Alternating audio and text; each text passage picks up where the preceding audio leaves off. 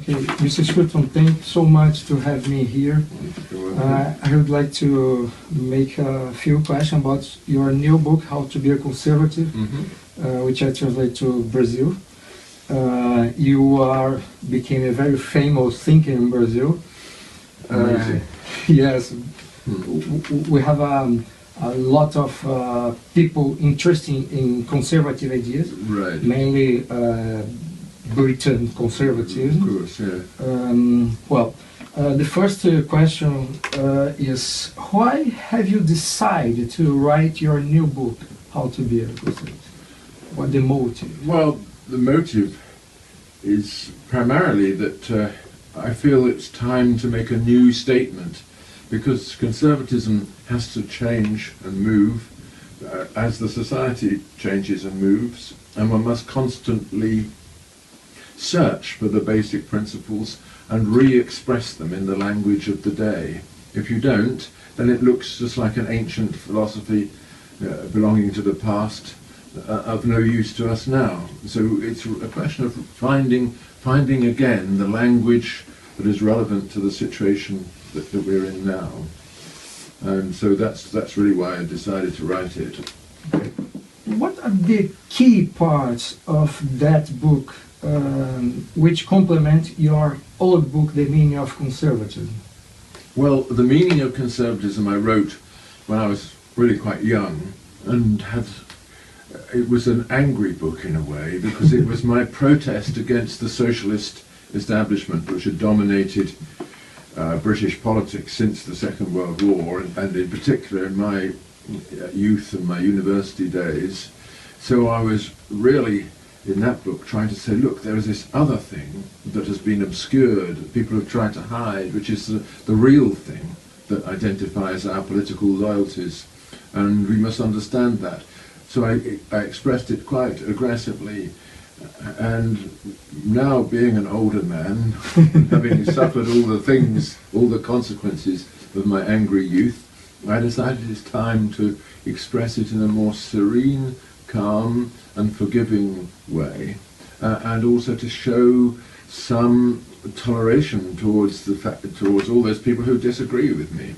Okay, your old book, The Meaning of Conservatism, is very critic of the Thatcher free marketeer thought. It was written partly because I felt that the real alternative to socialism was not the free market libertarianism, but something more like a national tradition, a tradition of social unity. But of course I was not hostile to the free market as such, but my feeling was that the free market must be combined with a respect for institutions, for continuities, for traditions and so on, and that was being ignored partly because of the influence of American libertarian thinking. But have you changed your mind in this point, or your mind is the same? Yeah, I haven't. I have changed my mind about quite a lot of things. Changing your mind is the best proof that you've got one. I changed my mind certainly about in the sense that I feel that properly understood, the free market is part of our traditional order, and not the destruction of it. But of course, it does have to be combined with the restraints that make it acceptable to all the people who don't profit from it, and that is the great difficulty in politics. The best way is to identify the free market with the important elements, to balance it with all the principles and you have to balance it with the needs of community, and with the dependence of many people on support, and this is something which has happened more and more in the world in which we are, and it's a great problem. If you give people too much support, you undermine their own will to live and their own will to be part of the community. But if you don't give them any support, you do have this. It has the same effect too. Okay. Is it supposed to be a conservative if you are not a mature individual? Well, yes, because all children are naturally conservatives. Because they depend on their parents, and they, if they're lucky at least, they love their parents and their parents love them. They recognize that they are born into an order greater than themselves, and they hold on to it. They want to cling to it because it means safety, security. So, and becoming, the human being has many stages of development. He begins as a conservative, as a child. As an adolescent, he becomes, first of all, a liberal and perhaps a radical, because he's affirming his own identity against his parents. But then, if he becomes really mature, of course, he returns to that sense of home, usually with a new person, and starts everything again. Interesting. Does an individual become a conservative, or he discover himself a conservative? It's a good question. I think it's very difficult to distinguish the two. I discovered myself to be a conservative, age 21, only because I hadn't been anything before, and then I was confronted with May 1968 in Paris, and I thought, whatever these people believe, I believe the opposite. And so I discovered what it was that I believed in that way. The family is a key element in a individual life to discover himself as a conservative, isn't it? Yes, the family is a great political question for us today, because the conservative position in European culture, in fact in all cultures, has been based upon affirming the family against the state. Saying that here is the source of our moral and our social feelings. It's not the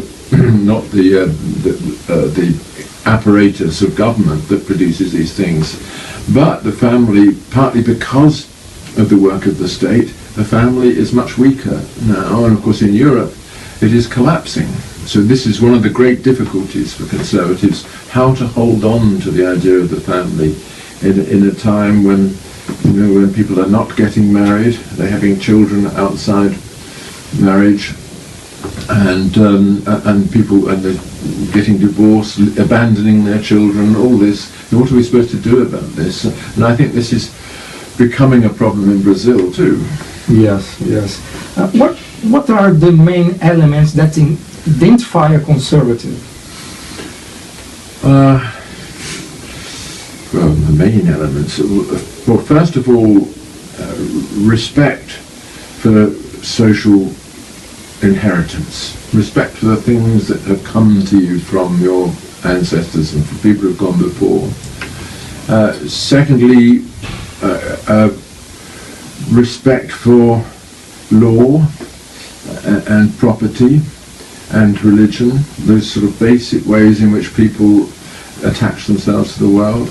And then also the openness to opposition, the desire to solve questions through negotiation, discussion, agreement if possible, not by imposing a solution from above. Okay. Usually conservatives deny that view of conservatism as an ideology.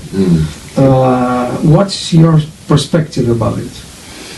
Well, conservative is a disposition, political philosophy. I think, of course, it is a disposition, and human beings are of many different kinds, and people with conservative disposition are not obviously distinct from people with radical disposition, and it's true that conservatives are suspicious of comprehensive philosophies. They don't think that life is about having a system of solutions. It's about dealing with problems as they arise, dealing with other people in mutual respect and so on. So to that extent it's true that conservatives are suspicious of ideology, but nevertheless they should not be suspicious of ideas, because we all need ideas. We have to have a conception of what we're doing if we're to do it at all. Okay. What the conservatives have to do when in power to control the Leviathan nature of the state? Right. It's a big question. What was that noise? I would hope that they would recognise that it's not about controlling, it's about influencing. You know, when you're in government, you shouldn't want to control everything that happens, but you should want to influence it in the direction that you would like things to go. But if the public don't want it to go in that direction, you don't then take hold of them and threaten them and say this is the way it must go. And I think this is very important, because in our century, or the last century rather, all politics was about control.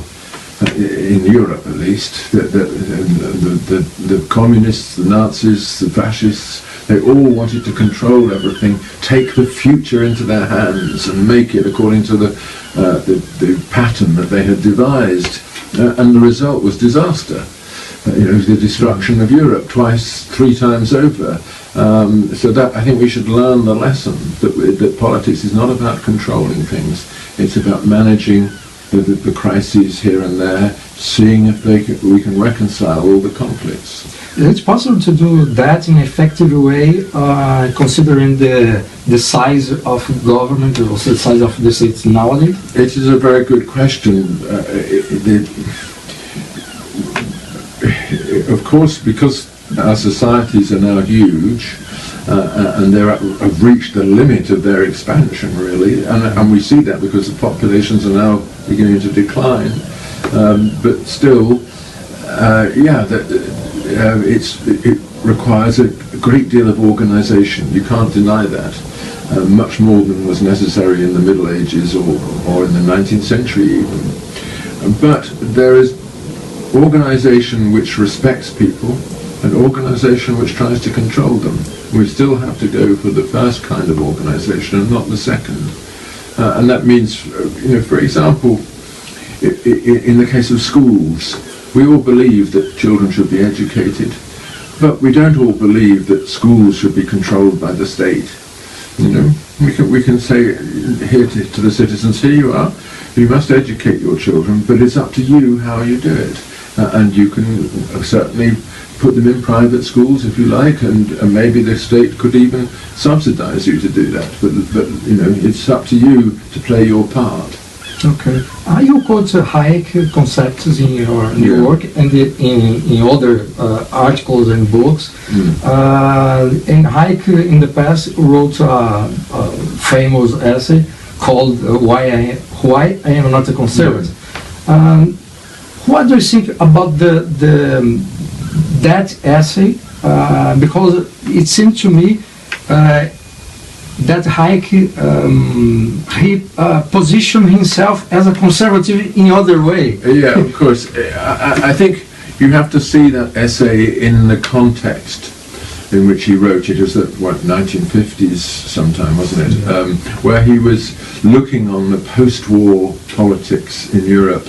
And was very disillusioned, especially with the conservative parties, like our Conservative Party, which had simply accepted the whole statist result of the Second World War.